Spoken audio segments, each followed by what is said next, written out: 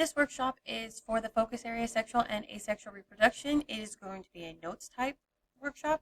So for this, you will need a sheet of paper, a pencil or pen, and 2 different colored highlighters or colored pencils. You can also get a straight edge or a ruler to kind of help you keep things neat if that matters to you. Otherwise, you don't really need it if you don't have it with you. Go ahead and pause this video so you can go collect those materials. So now that you have your materials, we're going to go ahead and make a T-chart here. So I'm going to use a ruler because I'd like things to look a little bit neater. So I'm going to draw a line across and a line halfway through. Hopefully that's pretty even-ish. Okay. So we are comparing sexual and asexual reproduction here.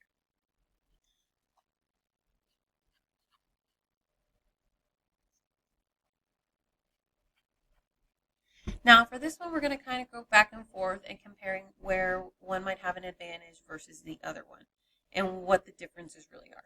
The first thing I would like to start with is sexual reproduction involves 2 parents. Now we could say boy and girl, but that might vary from species to species, but what you need to really know is that that means 2 parents. In asexual reproduction, we only have 1 parent or only 1 organism where we're getting the DNA.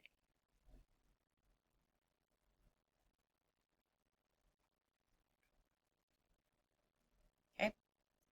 Now, let's talk about genetic variation. Genetic variation, because we have 2 sets of DNA that we're putting together, we're going to have organisms that look different, but also may look very similar. Okay? Like you may look like one of your parents, but there are some differences between the 2 of you. Okay? So when we have sexual reproduction, we do have genetic variation.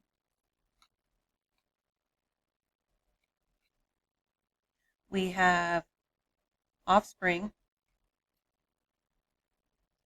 that look different, but similar. Okay? Now, in asexual reproduction, that is not the case. We do not have that genetic variation unless there's some type of mutation. For the most part, they're going to look exactly the same. So it's almost like they're a clone.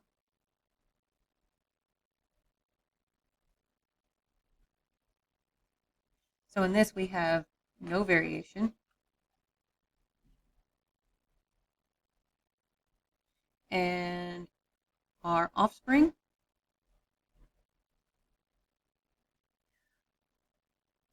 look exactly the same.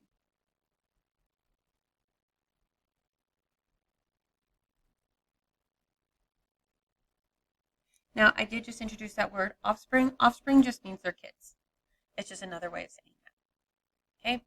The next thing we're going to talk about is adaptations. In sexual reproduction, it's a lot easier for animals to adapt because there is that variation. There may be variations within the species that allow them to adapt. Those variations might allow certain pieces of the species to live on, where some may die in certain instances. Okay? So that's what we have here in sexual reproduction. It does allow organisms to adapt.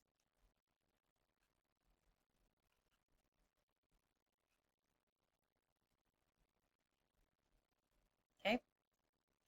On the other hand, through asexual reproduction, adapting to the environment may be hard because they're all exactly the same. If there's something that's probably going to affect one of them, it will probably affect all of them. So you might have a species in a certain area being wiped out.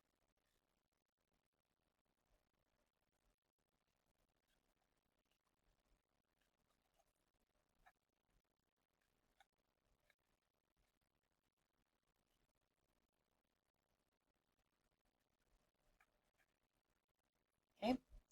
Now the next thing we're going to talk about chromosomes. Chromosomes are the genetic material that's located inside the nucleus of a cell. We'll get to a little bit more of that later. Okay. But when it comes to chromosomes, in sexual reproduction, they have to come from 2 places. So in sexual reproduction, and we'll use mom and dad for the sake of this video. or chromosomes for sexual reproduction, half of them come from mom and half come from dad. Okay. In sexual reproduction,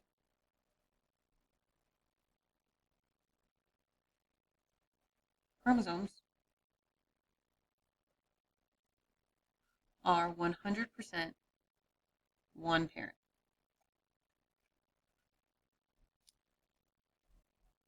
Okay. Now we also might acknowledge that in the speed that some of these things happen. So in sexual reproduction, it is a slower process because there is that process of pollination or fertilization that has to happen of the joining of those two genetic material. In asexual reproduction, it's a little different and it usually happens a lot faster. So sexual reproduction, it is a slower process. And here we're getting into things because we're dealing with things like pollination, which happens amongst plants. And then we also have fertilization.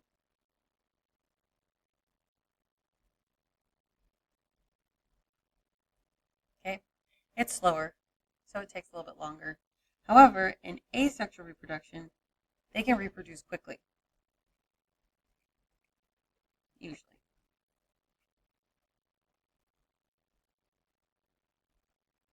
And we have a couple types that happen here. So we have binary fission.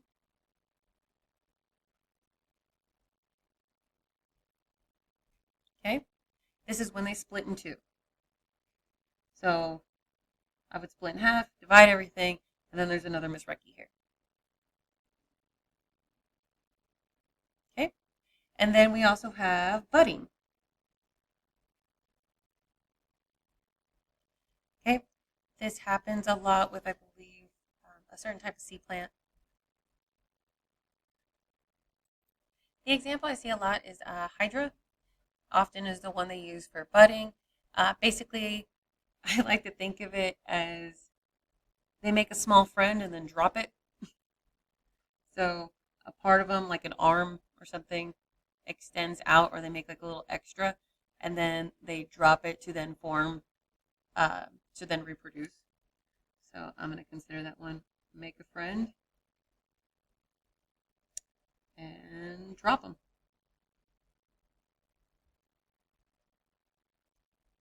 Okay. The other one is fragmentation, and a lot of y'all know this very well. This is what happens with a starfish. So a part of an arm or of that organism then becomes a full organism. So we can think starfish arm. And then the last one we have parthenogenesis. And this one's kind of a neat one. Let's spell that one out. Partheno. Genesis. Okay. Parthenogenesis. It's they make a new thing, they make a new one, and then they give birth to it. So this there's no dad, but they do give birth. So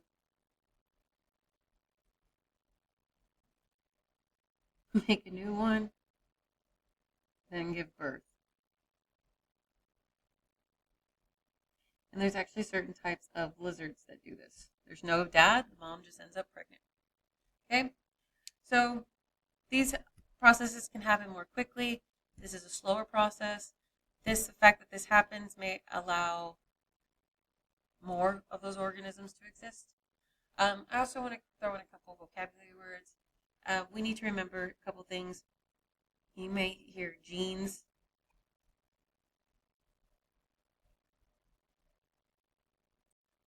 Genes determine kind of like the characteristic of the offspring, like what they're going to look like, what certain aspects are they going to have. Genes exist inside chromosomes or go inside of them.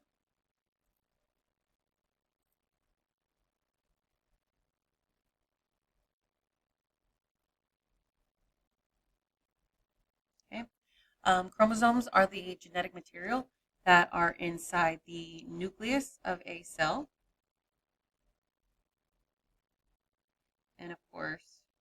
going to kind of swing this around. And then the nucleus are inside cells. Okay, so we're going to highlight this and kind of do a quick review. Okay, sexual reproduction, I personally like to use blue because that means it has to involve both a mom and a dad. We have two parents. We have genetic variation, and our offspring are different. It allows organisms to adapt easier, and the chromosomes are half mom and half dad. It is a slower process, and we're going to remember that genes fit into chromosomes, chromosomes fit into the nucleus, and nucleus fits into these cells. Kind of just remember how those kind of go together. Whenever we have one parent or asexual reproduction, I always think it's just like mom, so I kind of think of pink. We have one parent, okay? It is like a clone. There is no variation, and offspring are the same. Adapting can be hard, and the chromosomes are 100% one parent. And then they reproduce quickly. They can reproduce quickly, and we have these different types: binary fission, budding, fragmentation, and parthenogenesis. Now, just in case what I just wrote and did with you and talked through was hard to see, I want to make sure you have a typed version. So we're going over sexual versus asexual reproduction. We're going to T-chart it. We have sexual and we have asexual reproduction.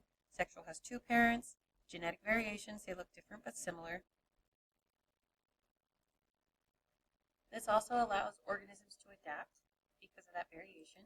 Chromosomes come half of them come from mom and half of them come from dad. It is a slower process. We're dealing with pollination and fertilization.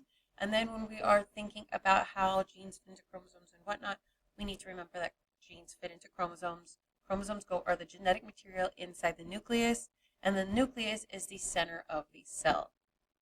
Now when we're talking about asexual reproduction, we have one parent. It's like a clone, therefore there is no variation. The offspring are exactly the same. They're adapting to their environment is hard because they are all the same. And the chromosomes come completely from 100% from one parent. They can reproduce quickly. We have a couple of methods that they do this. Binary fission, we see this with bacteria. They split in two. Budding, we see this with the hydra plant. They make a friend and kind of like drop it off, and then that friend grows. Okay, it's like a small friend. Fragmentation, we see this with starfish. We have a piece of the arm get cut off, or it extends and then it gets cut off, and then a starfish grows from that. And then we have parthenogenesis. There is actually a type of lizard, and it's only females, and the female gets pregnant and then reproduces clones of herself, which is kind of a neat process. I hope this helps. If you missed anything, I would pause the video here so you can get this down. I encourage you to go ahead and request that assessment, and I hope you do well. Good luck.